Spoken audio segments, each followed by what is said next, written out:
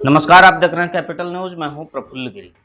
झारखंड में आज शाम से दूसरे चरण के चुनाव प्रचार की सरगर्मियां थम गई, लेकिन राजनीतिक तापमान अपने चरम पर है। 20 नवंबर को 38 विधानसभा सीट पर मतदान होगा, जिसमें से संथाल की 18 सीटें सबसे ज्यादा चर्चा में हैं।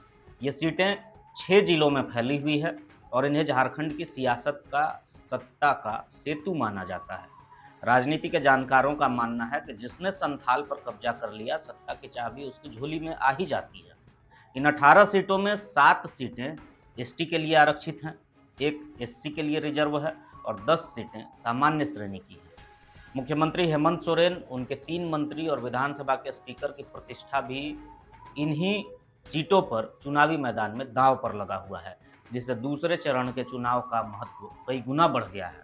इधर चुनाव आयोग ने आज शाम से साइलेंस पीरियड लागू कर दिया है। इस दौरान मतदान क्षेत्र में किसी भी प्रकार का प्रचार प्रसार पूरी तरह प्रतिबंधित होगा। आयोग ने यह भी स्पष्ट कर दिया है कि जो लोग प्रचार अभियान के लिए संबंधित क्षेत्रों में पहुंच रहे हैं, उन्हें तुरंत वहां से निकलने का निर्देश जारी किया गया है। आपको बता दें, संथाल का राजनीतिक परिदृश्य हमेशा से चुनौतीपूर्ण रहा है।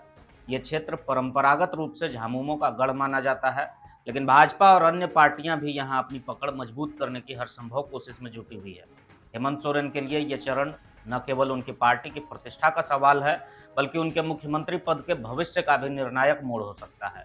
और भाजपा के लिए यह मौका झारखंड के सबसे बड़े राजनीतिक किले को भेदने का है। पार्टी ने यहां विकास और रोजगार जैसे मुद्दों को केंद्र में रखा है। दूसरी ओर झामुमो आदिवासी अस्मिता, जल जंगल जमीन और लोकल बनाम बाहरी के मुद्दों को उठाकर अपनी मजबूत पकड़ बनाए रखने की रणनीति पर काम कर रही है।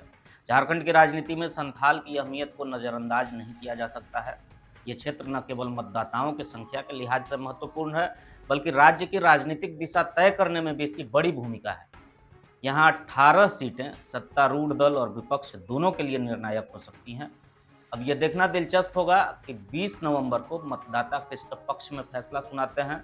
क्या हेमंत सोरेन अपने गढ़ को बचा पाएंगे, या फिर भाजपा और अन्य दल इस मजबूत किले में सेंध लगाने में कामयाब होंगे? जवाब आने वाले दिनों में मिलेगा, लेकिन फिलहाल पूरे राज्य की नजरें संथाल के इस निर्णायक जंग पर टिकी हुई है।